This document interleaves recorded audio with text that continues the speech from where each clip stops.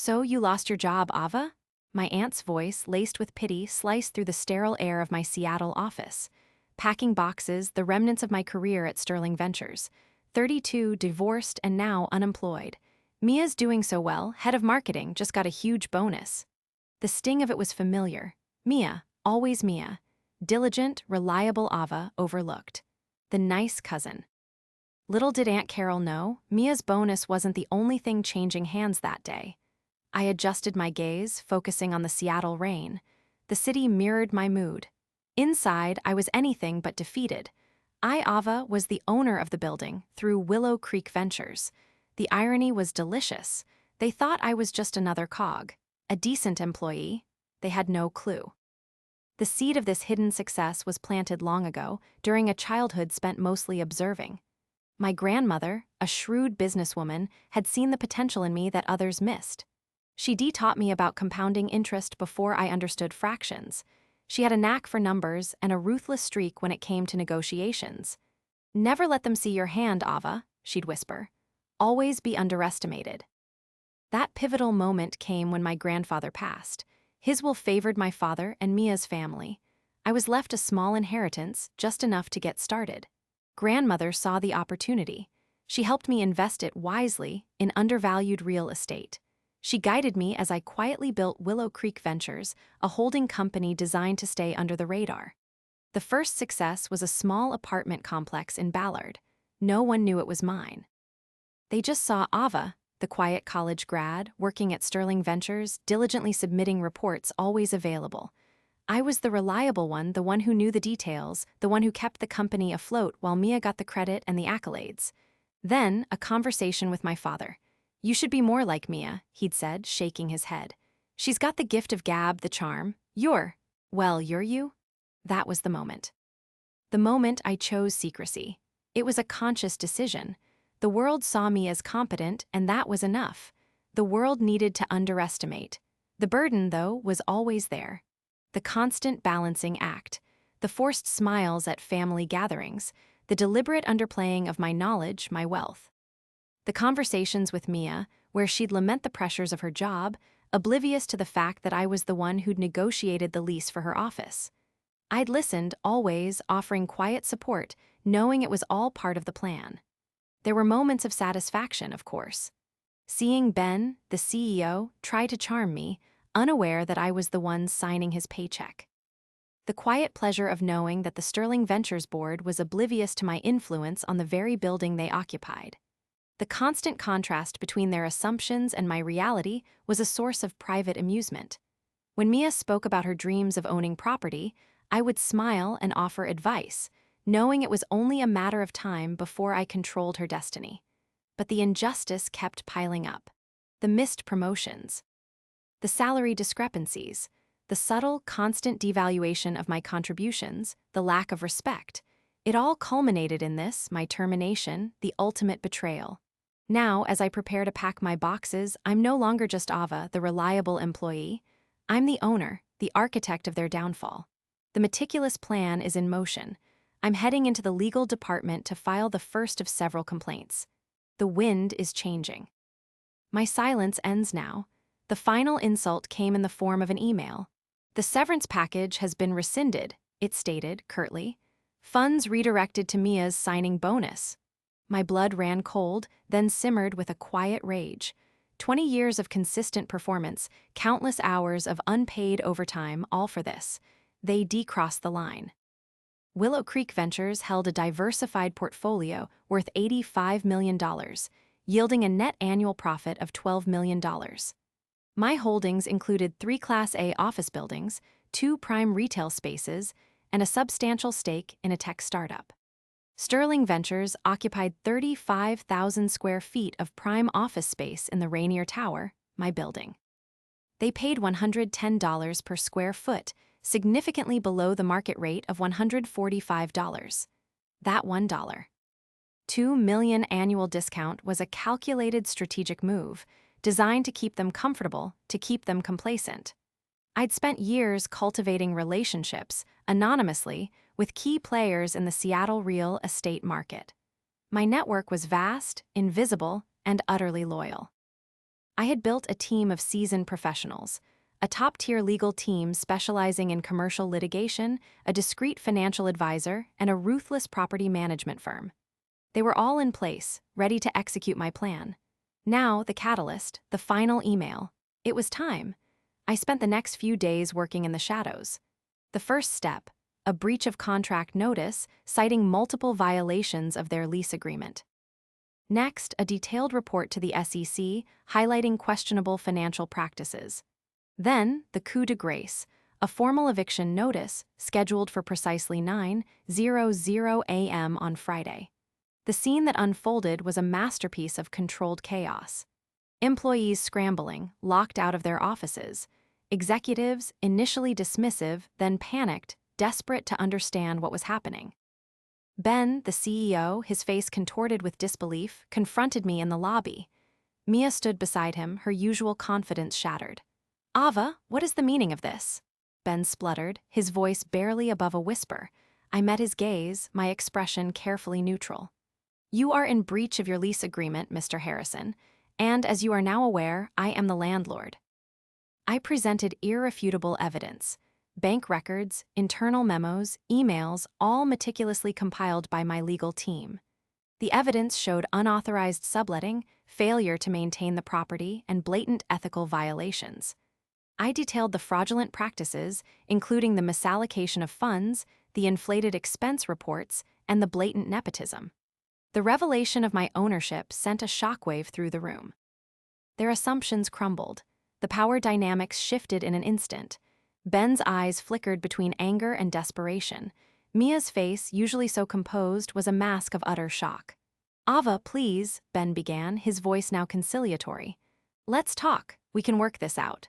"There's nothing to discuss, Mr. Harrison," I replied, my voice cool and steady. "You have been given ample opportunity to rectify your mistakes, but you chose not to. The terms of the eviction are already in place." Mia's response was a choked sob. I can't believe this." I observed their reactions with a detached sense of vindication. The roles had reversed. Now they were the ones scrambling, the ones begging for mercy. The building's security personnel escorted them out, their humiliation complete. The immediate aftermath was a whirlwind. Calls from former colleagues, offering insincere apologies and desperate pleas for leniency. Mia's facade cracked, revealing a vulnerability I had never seen before. Ben, humbled and desperate, offered to meet for a private discussion. I declined. I maintained a professional, detached demeanor, emphasizing the documented breaches of contract and the legal action that would follow.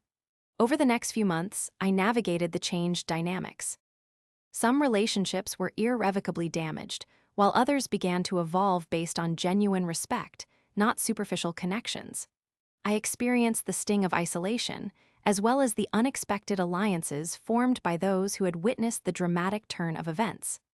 The tech startup I had invested in, now valued at $25 million, thrived. I was asked to sit on their board. I found new relationships in the city. The Seattle rain fell, as it always does. I stood by my office window, overlooking the city. I'd built a legacy of integrity, ownership, and quiet power. True success, I realized, wasn't defined by titles or accolades, but by the integrity of the path and the freedom that came with it. I looked out at the city, at the buildings, the people, the hopes and dreams. I had built a foundation for something more meaningful. The next day, a Friday, the phone rang. It was my lawyer, a woman named Ms. Chen. "Ava, they're fighting back," she said, her voice sharp and efficient. "Ben Harrison is claiming wrongful eviction and is seeking a temporary restraining order. He has retained a high-profile attorney and is alleging that you acted in bad faith." My stomach clenched. I'd anticipated this, but the reality still stung. The legal battle was unavoidable. "How are we proceeding?" I asked, my voice calm despite the churning in my stomach. "We're prepared," she assured me. "We have a counter-motion ready. We'll also file a separate suit against Ben and Mia for breach of fiduciary duty, fraud, and conspiracy to commit fraud. It's going to get messy." I knew it would. I spent the next few hours reviewing the legal documents, steeling myself for the onslaught. The world knew I'd pulled a fast one, but now I was the one under scrutiny. The news of Sterling Ventures' closure went viral. The building was empty, the employees had scattered, the media was swarming, desperate for a story. The story was on Ava. Later that day, I received a summons. The court date was set for the following Monday. The courtroom, the glare, the accusations, the public humiliation. I met Ms. Chen at the Rainier Club, a place the Sterling Ventures executives frequented. We sat in a secluded corner, sipping iced tea, reviewing the strategy. I felt a wave of nausea, then the familiar calm. I had built my empire, my defense. Then the phone rang. This time it was Mia. Her voice was strained, pleading. Ava, please, can we meet, just to talk? My fingers tightened around the glass. It was a trap, of course. A desperate attempt to negotiate, to salvage what they could. But the thought of seeing her, of facing the woman who'd been the recipient of so much, was a complicated combination of fear and satisfaction. I'm busy, I said, my voice neutral. Please, she pleaded. I need to explain, I need you to understand. The irony was almost unbearable. She wanted me to understand. I, who had spent a lifetime understanding them, their world, their manipulations. I hesitated, considering the possibilities, the risks, the potential for further humiliation. The courtroom would be a circus. The media would feast on it. It was time to get them to understand. All right, I said, finally. There's a public relations firm that has offered to represent me. If you want to meet, it has to be through them. Her voice was a breathy whisper. Anything, just please let me explain. I hung up. The rain outside intensified, drumming against the window pane. The phone rang again. This time it was Ben. He was begging, pleading, offering to concede everything. He offered shares in the company, a huge settlement. He had finally realized the magnitude of my power. I declined. I didn't need his money. I needed them to understand. The legal case was set. The media was ready. The only thing left was the grand reveal. I stood, walked over to the window, and looked out at the city. The rain was relentless. The time was right. The following Monday, I would be ready. I had a plan. The stage was set. The courtroom was a cold, impersonal space, yet it seemed to hum with a palpable energy. Reporters jostled for position, their cameras poised. Ben and Mia sat at the defense table, their faces pale and drawn, their usual bravado replaced by a nervous energy that seemed to vibrate off them. Ben's high-priced lawyer, a man known for his ruthless tactics, glared at me, a silent challenge. I entered, my movements deliberate, my expression carefully controlled. The contrast was immediate and striking. While they were confined to the small table, I was free to move, to address the court as I saw fit. The power dynamic had shifted again, from the office lobby to a legal arena. The opening statements began. Ben's lawyer painted a picture of a wronged corporation, a vindictive landlord, a story of a woman scorned. His words were sharp, accusatory, designed to cast doubt on my motives. Then it was my turn. I walked to the podium. The silence was deafening. I looked at the judge, then at the sea of faces in the gallery. I took a deep breath, feeling the familiar weight of responsibility, the anticipation of the storm to come. Your Honor, members of the court, I began, my voice clear and steady. This case is not about a wrongful eviction. It is about a pattern of unethical conduct, of corporate greed, of the deliberate underestimation of one individual. I presented the evidence, the documents, the emails, the financial records. Each piece was a meticulously crafted indictment of their actions. Each one served as a reminder of the countless times they had underestimated me. As I spoke, I saw the realization dawn on their faces, the slow, creeping understanding of the extent of my power. Ben's lawyer started to object, but the judge silenced him. Mia, her eyes red and swollen, stared at the table, a picture of defeat. I recounted the story of Sterling Ventures, the underhanded deals, the blatant nepotism, the deliberate exclusions. I spoke of the sacrifices, the missed opportunities, the quiet endurance. I revealed the details of my holdings, the size of my investments, the extent of my influence. They underestimated me, I said, my voice rising with controlled emotion. They saw a quiet, unassuming employee, someone they could disregard, someone they could exploit. They were wrong. The room was silent as I finished my presentation. Ben, now, was clearly defeated. His lawyer appeared to be preparing to concede. Mia just stared, the mask of composure gone, replaced with a raw emotion I'd rarely seen. The judge, a stern woman with a reputation for fairness, took a moment before addressing the courtroom. The court finds in favor of the plaintiff, she stated, her voice echoing in the chamber. The evidence is overwhelming. The immediate aftermath was a blur. Reporters swarmed me, their questions relentless. Ben and Mia were escorted from the courtroom, their faces hidden behind their hands. The world had witnessed their downfall. I walked out of the courtroom into the pouring rain, the city lights blurred through the droplets.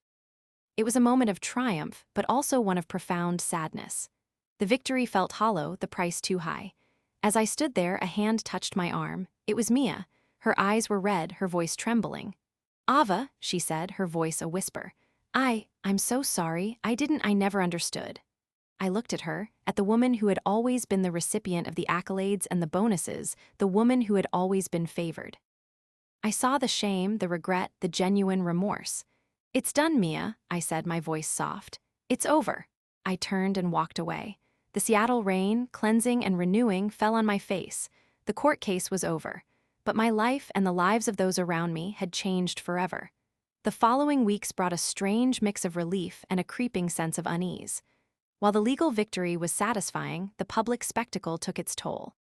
The media attention was relentless, dissecting every aspect of my life, from my fashion choices to my dating history or lack thereof. My phone buzzed with calls from distant relatives I hadn't spoken to in years, eager to offer congratulations and, I suspected, solicit financial assistance. My email inbox overflowed with requests for interviews and speaking engagements.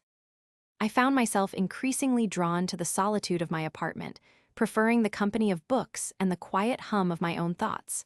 The satisfaction of dismantling Sterling Ventures began to fade, replaced by a growing awareness of the void it had left behind. The building was vacant, a silent testament to my actions. One day, I received a call from a woman named Sarah, an analyst I had previously worked with at Sterling. She was kind, intelligent, and had always treated me with respect.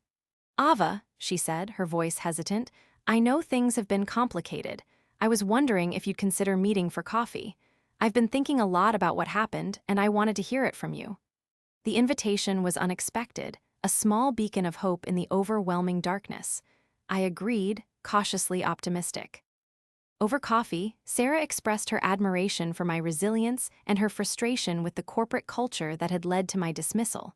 She acknowledged that she had been aware of Mia's preferential treatment but had felt powerless to speak out. "I'm sorry, Ava," she said, her eyes filled with genuine regret. "I should have done more." Her apology, though belated, was a balm to my wounded pride. It was the first instance of genuine acknowledgement of my worth from a former colleague. It was also a reminder of the collateral damage of my actions. I soon received a phone call from Ben, the disgraced CEO. He was desperate, grasping at straws, offering me a partnership in a new venture, promising to make amends. I declined, not out of spite, but out of a sense of weariness. The game was over. I'd won. Mia, on the other hand, remained a constant presence. She continued to reach out, sending emails, leaving voicemails, trying to express her remorse. Her attempts were clumsy and often self-serving, but underneath the self-pity, I detected a genuine change. One afternoon, I received a package. It was a small, unassuming box. Inside was a handwritten letter and a framed photograph of my grandmother. The letter was from Mia. She wrote of her regret, of her newfound understanding of the sacrifices I had made, of her belated appreciation for my strength and resilience. She acknowledged the pain she had caused. I read the letter, feeling a mix of emotions, anger, pity, and, surprisingly, a sense of empathy. She wanted me to understand her, to forgive her. I felt an inexplicable pull. I decided to meet with her. The meeting took place in a quiet cafe. As she spoke, I saw a woman stripped of her facade. She was vulnerable, broken, and genuinely remorseful. We talked for hours about our childhood, our family, the pressures we had faced. She took full responsibility for her actions without trying to deflect blame. "You were always the stronger one, Ava," she said, her voice trembling. "I envied you, even though I had everything." I had to admit that I had always seen her as the adversary. The one who got the spotlight, the one who got the love, but this time I saw a different story. We forged a fragile truce. We started to rebuild the relationship, cautiously, tentatively. The long-term consequences of my actions were still unfolding. The public perception was mixed. Some saw me as a hero, a champion of the underdog. Others saw me as a ruthless businesswoman, willing to sacrifice everything for revenge. Some people tried to take advantage of my wealth. I made it clear that I was not going to be manipulated. My life had changed irrevocably. I was no longer the invisible employee, the quiet observer. I was Ava, the owner, the woman who had taken control of her destiny. I had made my mark on the world, and as I sat in my office, looking out at the Seattle rain, I saw a new path opening before me.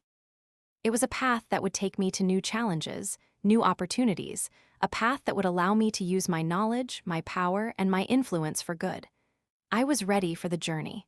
The rain fell, washing over the city, mirroring the turmoil inside. It was a Tuesday when I decided to move from Willow Creek Ventures. A different office, a different perspective. It was time to build something bigger. I rented space in a modern building downtown. The phone calls continued. Friends, family, and former colleagues. Some genuinely happy for me, others seeking favors or worse, trying to weasel their way back into my good graces. I learned to filter the noise, to distinguish between genuine connection and self-serving intentions. Some relationships, like Sarah's, deepened, forged in the fire of shared experience and mutual respect. Others, the superficial ones, withered and died. Mia and I were on friendly terms. I found the joy of building a foundation for the future in a different way. I established a small nonprofit focused on empowering women in business. I hired Sarah as a consultant, and her insights were invaluable. My financial situation allowed me to take risks, to invest in ideas I believed in, and to support causes I cared about. I started giving back to the community. I felt the joy of using my wealth to make a tangible difference. The legal battle with Sterling Ventures continued, but the outcome was never in doubt. They had been exposed, and their reputation was in tatters. The case was eventually settled with a small payment. I didn't need the money. I had one. I began to see the world differently. The city of Seattle seemed to pulse with a new energy. The rain, once a symbol of my isolation, became a symbol of cleansing and renewal. The truth, I learned, had a price. It was a price I was willing to pay. The path ahead wouldn't be easy, but I was no longer afraid of the shadows. I had confronted them, and I had emerged stronger, wiser, and more in control of my destiny. The city lights blurred, and the rain seemed to fall harder. And then I realized the most important thing was not the victory, but the journey, the path I had chosen, and the person I had become. The old office building was cold and empty. I would be returning to it after the renovation to Willow Creek Ventures, a new office. The next chapter began. The Seattle rain, a familiar companion, slicked the window pane. Gained, a hard-won freedom, the liberation of owning my truth. The loss, a measure of innocence, the comforting anonymity of the shadows. Success, I now understood, was not the glittering facade of Mia's victories, but the quiet strength of the foundation beneath. Perception is a fickle mistress. It can elevate and it can destroy. The true cost of secrecy, a lifetime of carefully constructed walls, walls that both protected and imprisoned. The reward. The unvarnished reality of self-reliance, the knowledge that I, and I alone, built this empire. I stand now, not in the shadows of Sterling Ventures, but in the burgeoning light of my own creation. The Seattle skyline, a testament to ambition and resilience, reflects not just the city's lights, but the unwavering fire that burns within me. And to you, who have also been underestimated, misunderstood, and overlooked, I ask, what secrets do you hold? What silent empires are you building within?